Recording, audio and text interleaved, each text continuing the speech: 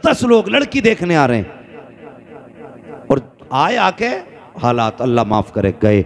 तुम मुझे बताओ, नौजवान बैठे हैं, पढ़ा लिखा तबका है, आज हर शख्स तालीम से जुड़ा है। जब एग्ज़ाम के दिन करीब आते हैं बच्चों के दिलों की धड़कनें बढ़ जाती हैं। जब एग्ज़ाम हाल में बैठा जाता है फिर पर्चे के आने तक की हालत और होती है। जब पर्चा लिफाफे के अंदर हाथ में दिया जाता है उस वक्त की धड़कनें और होती हैं। कौन सा ख्याल बच्चे के दिल में नहीं आता, सोचता है पता नहीं क्या क्या सवाल आए होंगे, अगर सवालों के जवाब न दे सका तो फेल हो जाऊँगा, 1 साल की मेहनत ज़ाय हो जाएगी। बच्चे के दिल की धड़कनें बढ़ जाती हैं। और यार ये इस साल फेल हो गया, अगले साल फिर मौका दिया जाएगा, ये फिर फेल हो जाएगा, फिर मौका दिया जाएगा। ये तो दरसगाह की बात है, स्कूल की बात है। जिन लड़कियों को देखने के लिए 10-10 लोग आते हैं, कभी उन बेटियों के दिल पे भी हाथ रख के तुमने देखा कि जिनको देखने के लिए 10 लोग आते हैं उन बेटियों के दिल पे क्या गुजरा करती है। दूसरे की बेटियों को तमाशा बनाने वालों, कभी अपने भी गरेबान में झांक के देख लिया करो। 3 बेटी तेरे आंगन में भी मुस्कुरा रही हैं। कल जिस तरह आज तू दूसरे की बेटी का तमाशा बना रहा है,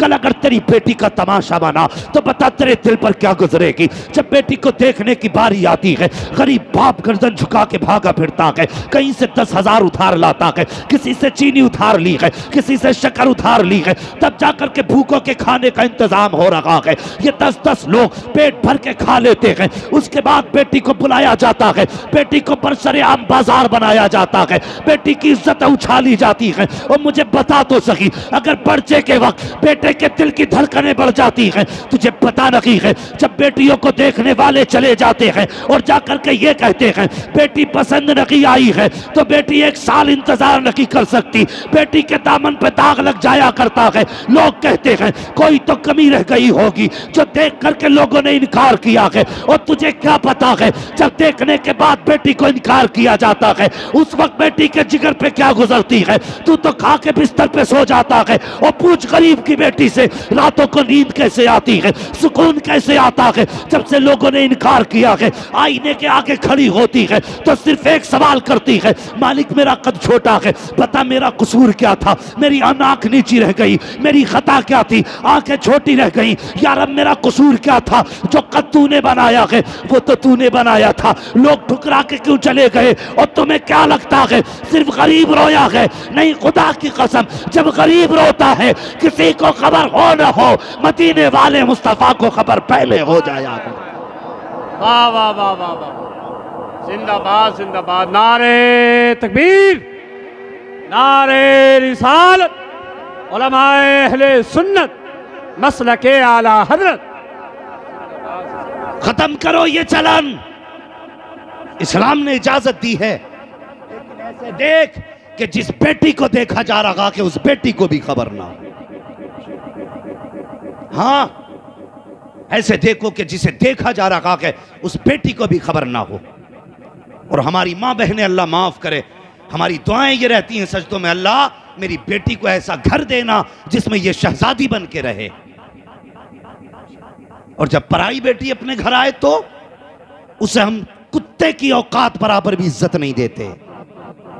और याद रखो, इज्जत उसी की बेटी को मिलेगी जो दूसरे की बेटी को इज्जत देगा, ये याद रखना, वरना कोई तावीज तुम्हें नहीं बचा पाएगा, कोई वजीफा नहीं बचा पाएगा जब तक तुम्हारे अपने अमाल बेहतर नहीं होंगे।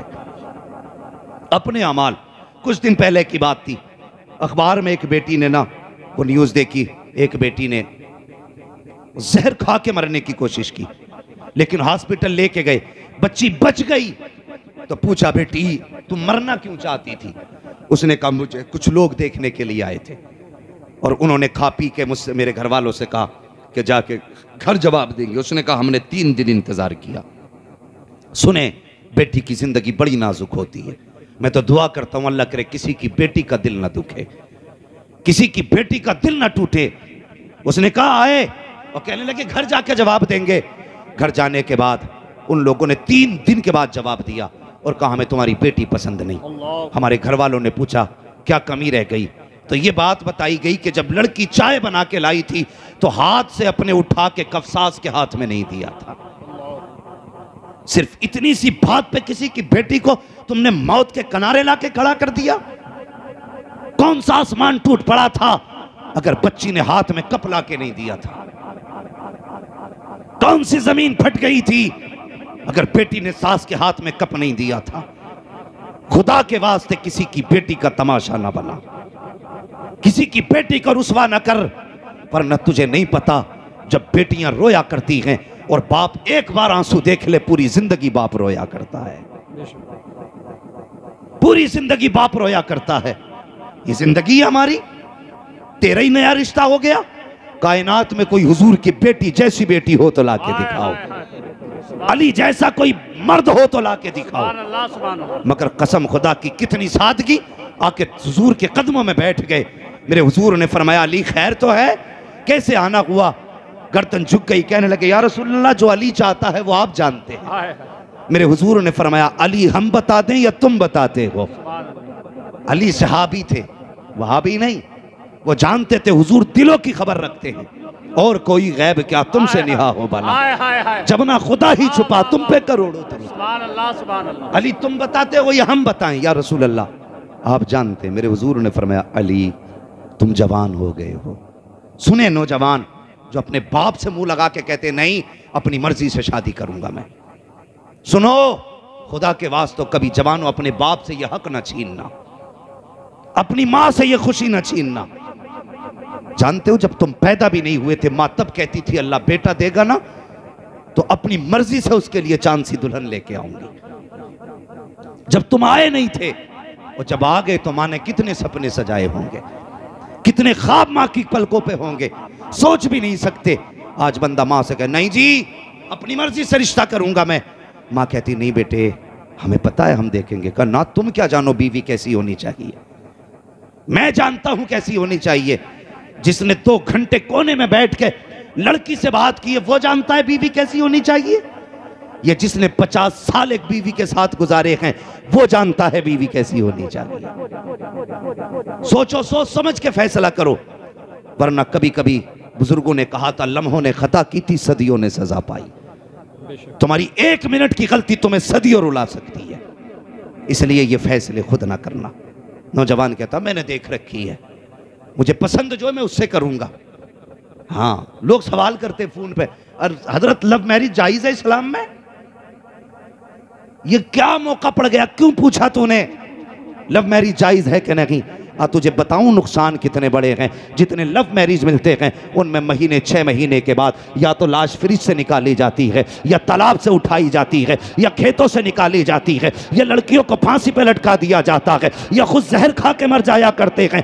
वजह क्या है? वजह यह है कि इसने बाप की नहीं मानी है, अपनी चलाई है, अपनी मर्जी के मुताबिक निकाह किया। क्या कि अच्छा होता बाप की मर्जी से निकाह कर लेता, अगर लड़की 19 भी होती तो कसम खुदा की 1% उसके साथ खुदा की रहमतें आ जाती, तेरी दुनिया भी कामयाब हो जाती, आखिरत भी कामयाब हो जाती। नारे तकबीर, नारे रिसालत, उलमाए अहले सुन्नत, मसलके आला हजरत, जिंदाबाद जिंदाबाद। तवज्जो है ना आपकी? थके तो नहीं अभी? जरा कह दें या रसूल अल्लाह, अल्लाह सलामत रखे। बस सुने मेरी बात, मैं बहुत लंबी गुफ्तगू नहीं करूंगा, बस जितनी देर आप सुनेंगे ना इंशाअल्लाह उतनी देर। अल्लाह सलामत रखे। किसी भाई ने पूरी रात का नाम ले दिया। हाँ मुझे कल भी जाके, कल मुझे पटना में तकरीर करनी है। अल्लाह आपको सलामत रखे। बस सुने मेरी बात, मैं अर्ज कर रहा था रिश्ते सोच समझ के किया करो, देखभाल के किया करो, और किसी का तमाशा ना बनाया करो। हजरत अली रज़ी अल्लाह तआला अन्हु हुजूर के आगे बैठे, हुजूर के आगे सुने, बेटी वाले भी सुने और बेटे वाले भी सुने। हुजूर ने फरमाया अली जवान हो गए हो, क्या इरादा है, निकाह का इरादा है कि नहीं? इतना सुना हजरत अली की आंख में आंसू आ गए। कहने लगे या रसूल अल्लाह मेरे तो बाप भी आप हैं, मेरे सब कुछ आप हैं। हुजूर आप ये मुझसे पूछ रहे? जैसे आपकी मर्जी है वैसे अली की मर्जी है। सुभान अल्लाह, सुभान अल्लाह। फिर ये नहीं कहा किससे करोगे, हुजूर जानते थे अली क्या नियत लेके आया है। हुजूर अपनी जगह से उठे ना, घर की तरफ चले, जिब्रील अमीन आ गए। या रसूलल्लाह किधर जा रहे? बेटी के पास। क्यों? कि अली आया है ना रिश्ते के लिए। का फिर का बेटी से इजाजत लेनी है। हजरत जिब्रील क्या कहते हैं? या रसूलल्लाह पूछने की जरूरत क्या है, रब ने फैसला फरमा दिया है, अली के लिए फातिमा से बेहतर जमीन पे कोई लड़की नहीं है, हाय हाय हाय और फातिमा के लिए अली से बेहतर जमीन पे कोई जवान ही नहीं है। हाय हाय सुभान अल्लाह सुभान